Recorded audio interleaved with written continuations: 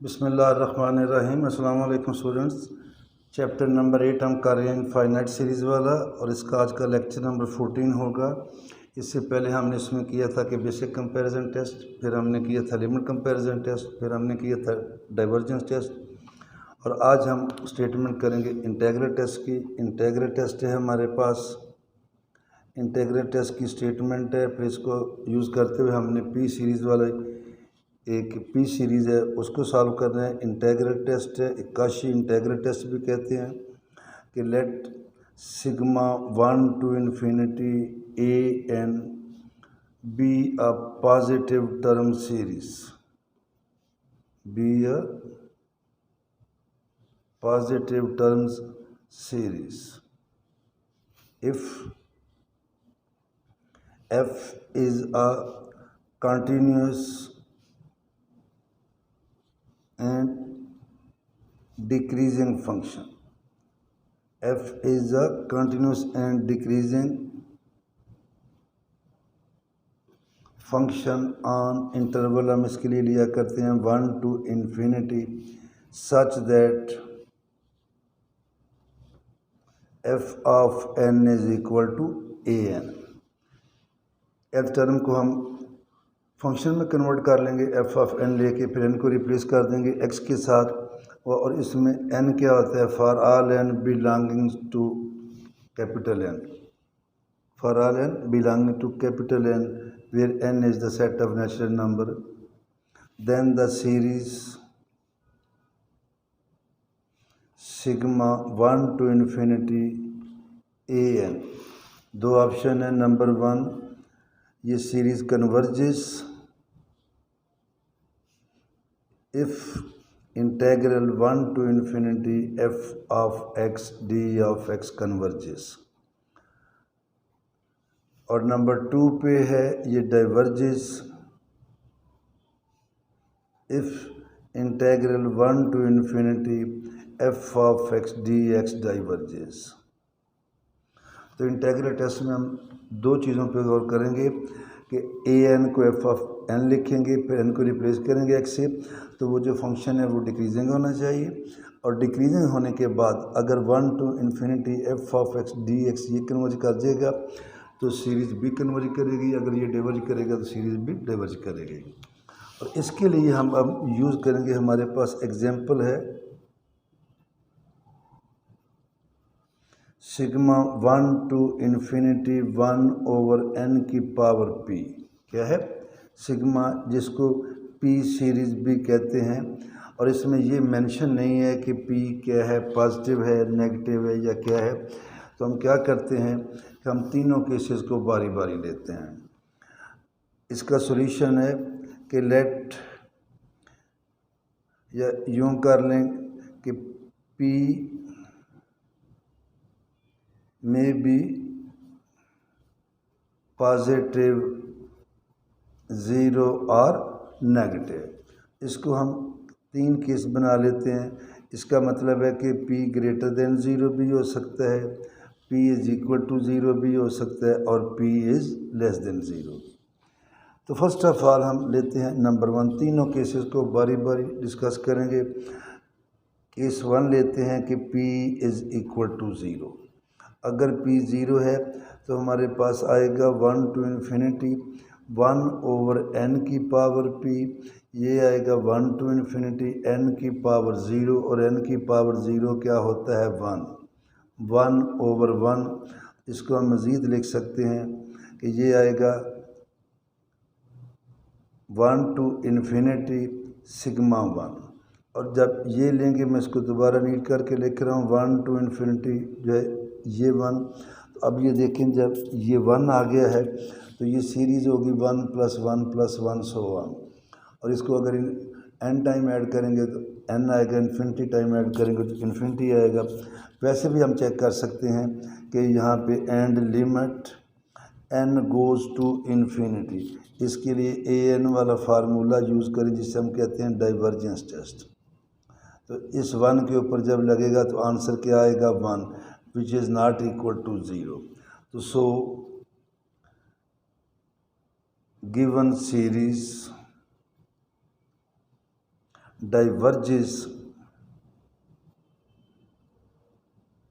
When P is equal to 0। ये हमारा हो गया केस 1। अब हम लेते हैं इसका केस 2, और केस 2 में हम लेते हैं कि P इज लेस देन 0। ये है हमारे पास, इसका लिख लेते हैं case 2 when P is less than 0। P is less than 0, then हमारे पास आएगा, ये सीरीज़ है 1 to infinity 1 over n की पावर p। तो हेयर उसी तरह हम लेंगे limit n goes to infinity 1 over n की पावर p, और p क्या है, लेस देन 0 है। इसको हम इस तरह भी लिख सकते हैं, limit n goes to infinity n की पावर -p। अब जो p है वो बताते खुद नेगेटिव है, नेगेटिव इंटू नेगेटिव क्या हो जाएगा, पॉजिटिव। और जब इधर इन्फिनिटी पुट करेंगे, इन्फिनिटी की पावर पॉजिटिव आएगा, तो इसका आंसर क्या आ जाएगा, इन्फिनिटी। इसका आंसर क्या आ जाएगा, इन्फिनिटी। ये देखें, अगर हम इसकी थोड़ा सा अगर हम ये बात करें कि limit n goes to infinity 1 over n², तो ये आएगा 1 over इन्फिनिटी किसके इक्वल आएगा, 0। अब हमारे क्वेश्चन में p क्या है, ये माइनस है। अगर ये माइनस है तो इसे फिर मैं लिखता हूँ, फ़र्ज़ करें -2, तो ये आएगा limit n goes to infinity n²। अब जब इन्फिनिटी पुट करेंगे तो इसका आंसर क्या आएगा, इन्फिनिटी। इसी को यूज़ करते हुए हमने ये लिखा, तो again given series diverges by divergence test. और इसका मैं दोबारा बता दूं, डाइवर्जेंस टेस्ट ये है कि अगर limit n goes to infinity an is not equal to 0 आए, देन हमारी जो सीरीज़ होती है ये क्या करती है, डाइवर्जेंस होती है। तो ये तो था केस सेकंड। अब हम लेते हैं केस 3, और इसमें p है ग्रेटर देन 0। अब जब p ग्रेटर देन 0 है तो इसमें फिर आगे जो है वो 3 केस बन जाते हैं। वो क्या है कि let p is equal to 1, p is less than 1 and p is greater than 1। p is equal to 1 होगा तो ये भी पॉजिटिव होगा, और इसको मैं मज़ीद लिख देता हूँ, 0 is less than 1, 0 is less then p, p is less than 1।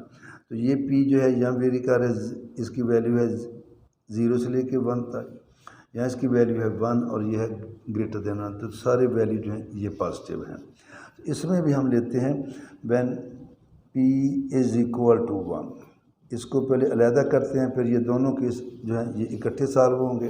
Then sigma 1 to infinity 1 over n raise p is equal to, ये हमारे पास क्या आ जाएगा, 1 over n, जिसको हम हार्मोनिक सीरीज़ भी कहते हैं। जब हम इसको सॉल्व करेंगे तो यहाँ पे देखिए, इसे हम लिखेंगे टेकिंग, जो हमने स्टेटमेंट में भी जिक्र किया है, f of n is equal to an, तो हमारे पास आएगा f of x 1 over x। और इट इम्प्लाइज दैट जब हम इसका डेरिवेटिव लेंगे तो ये आएगा -1 over x², which is less than 0, चूँकि ऊपर नेगेटिव आ गया। तो इसका मतलब है जब लेस देन 0 आ गया तो f(x) इज़ डिक्रीजिंग फंक्शन।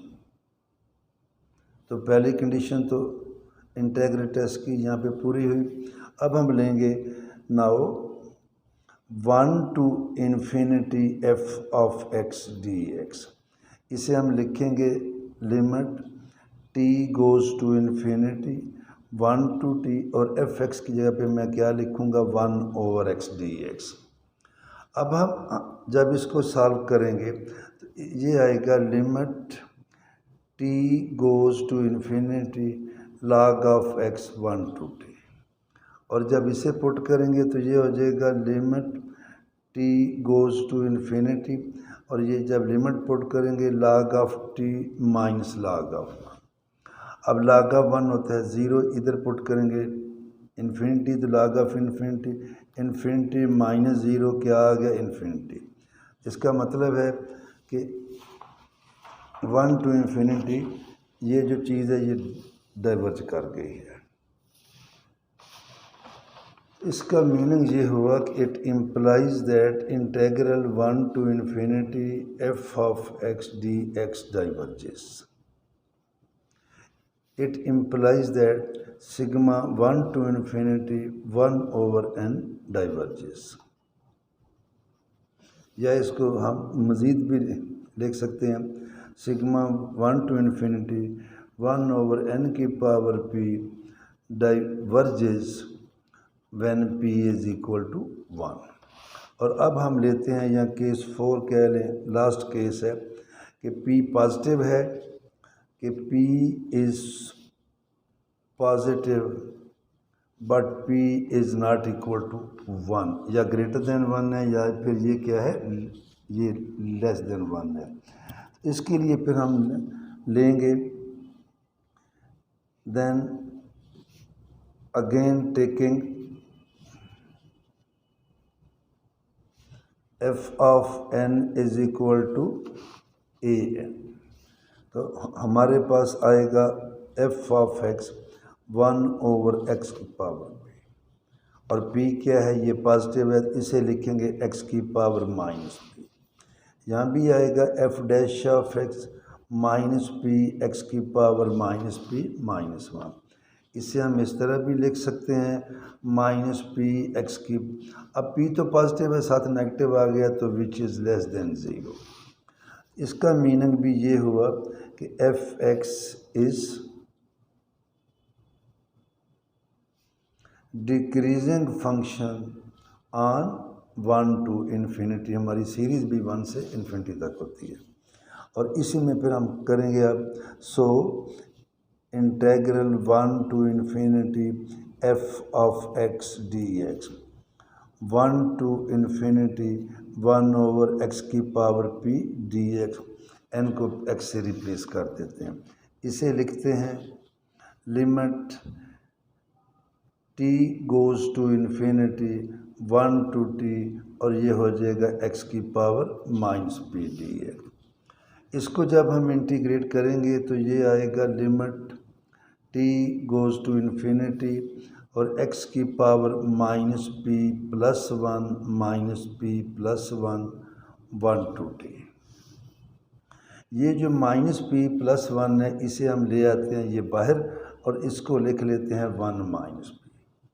बाकी आया हमारे पास limit t goes to infinity और x की power minus p plus 1 1 to t। अब यहाँ पे this is equal to 1 over 1 minus p, limit t goes to infinity, x की जगह पे t आएगा, और इसे भी मैं लिख रहा हूँ 1 माइनस p माइनस, जब ये 1 लेंगे जो पावर है ये 1 आएगा। दिस इज़, अब यहाँ दो केस हैं, अभी मैंने बात की आपसे पीछे कि अगर ये लेंगे 1 over n स्क्वायर लिमिट लगाएंगे तो इसका answer n goes to infinity तो 0 आएगा, लेकिन जब ये लेंगे अब लिमिट लगाएंगे तो इसका आंसर हमारे पास इन्फिनिटी आएगा। अब इसका मतलब है कि जब ये ऊपर जाएगा n की पावर जब नेगेटिव होगी तो फिर लिमिट लगाएंगे तो आंसर 0 आएगा, और ये जब ऊपर जाएगा, मैं इसको बल्कि इस तरह लिख देता हूँ, जब n स्क्वायर है तो इसके साथ लिमिट आएगी n गोज़ टू इन्फिनिटी तो इन्फिनिटी आएगा, लेकिन अगर इस तरह है n की पावर -2 या -3 तो फिर जवाब 0 आएगा। इसी को हम यहाँ पे देखेंगे तो यहाँ पे दो केस आ जाएंगे, ये इधर आ जाएगा ये ब्रैकेट और ये आएगा इन्फिनिटी। जब इन्फिनिटी है उस वक्त ये इन्फिनिटी आएगा जब इसकी पावर क्या होगी, पॉजिटिव। तो if 1 minus p is greater then 0, और अगर पावर नेगेटिव है तो ये आएगा 0 minus 1 if 1 minus p is less than 0। इसको लेके मज़ीद आगे चलेंगे तो यहाँ पे फर्स्ट ऑफ ऑल तो ये देखें ये डिवाइड हो रहा है, इन्फिनिटी को इस पर डिवाइड करेंगे तो ये इन्फिनिटी ही रहेगा, और जब इधर है ये -1 है, जब 1 माइनस p तो ये हो जाएगा p माइनस 1 मल्टीप्लाई हो गए, और इधर आएगा if 1 minus p greater than 0, यानी कि 1 इज़ ग्रेटर देन p। और ये आएगा if 1 is less then p। एक स्टेप यहाँ पे और करते हैं और वो स्टेप है ये वाला।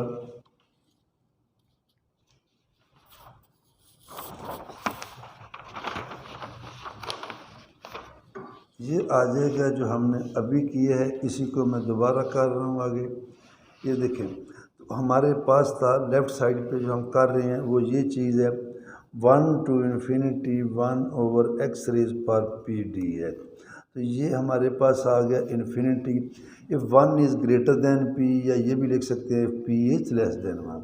और इधर क्या आ गया हमारे पास p minus 1 is less then p या p is greater than 1। It implies that ये जो है इंटेग्रल 1 over x की power p dx diverges when p is less than 1, ये इन्फिनिटी आ गया, and converges when p is greater than 1। तो so summation 1 to infinity 1 over np diverges when p is less than 1 and converges when p is greater than 1। अब सारे result को conclude करते हैं। जब हमने p लिया, ये मैं इस तरह लिख देता हूँ result sigma 1 to infinity 1 over n की पावर p डाइवर्जेस व्हेन हमने लिया p इज़ लेस देन 0, तो ये जो है ये डाइवर्ज किया। फिर हमने लिया p इज़ इक्वल टू 0, फिर हमने लिया p इज़ लेस देन 1, और फिर हमने लिया p इज़ इक्वल टू 1। इन सारे केसेस में जो है ये सीरीज़ करके diverge and converges only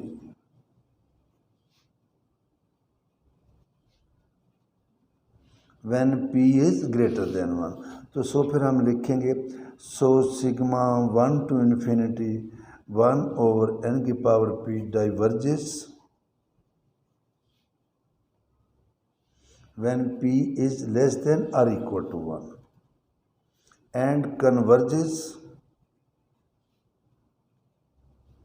when p is greater than 1। यानी कि नोट अगर हम ये करें कि सिग्मा 1 ओवर n की power 3/2 sigma 1 to infinity 1 over n square sigma 1 to infinity n cube sigma 1 to infinity 1 over n की पावर 7/2 आर